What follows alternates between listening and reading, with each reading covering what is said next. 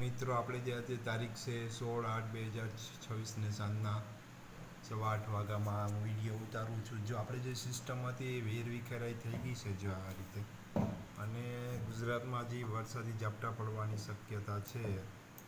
અને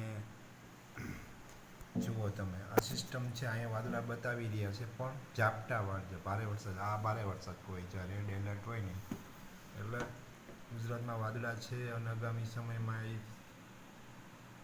આજે જે અહીં સિસ્ટમ અહીં સુધી પહોંચી હતી કાલના વિડીયો જોજો અને આજનો વિડીયો જોજો, વિખેરાઈ ગઈ છે. એટલે જે અલનીનો છે એ યથાવત છે.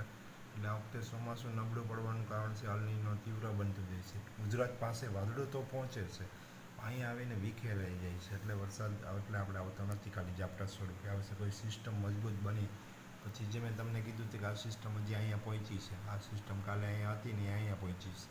કાલે આ રીતે આગળ વધશે ગુજરાત બાજુ. અને આપણે બીજે ક્યાંય જો હમણાં વરસાદ છે નહીં, ખાલી ઝાપટા પડવાની શક્યતા છે અમુક સ્થળે ગુજરાતમાં, બધા સ્થળે નહીં. એમાં આ જામનગર ને એ બધું કોરું ધાકડ છે. જામનગર છે, પોરબંદર છે, અમને ખબર છે, પણ અમારા હાથમાં તો નથી. આ રીતે અમે તમને વિડીયો મૂકીને બતાવતા રહીશું કે અમારા વિડીયો જોતા રહ્યો. અમારી યુટ્યુબમાં પણ ચેનલ છે સિરાજ જમાલ વરસાદી, એને સબસ્ક્રાઈબ કરતા રહેજો. એકબીજાની મદદ કરો. હું તમને હવામાનની મદદ કરું, તમે મને સબસ્ક્રાઈબ નહીં કરો.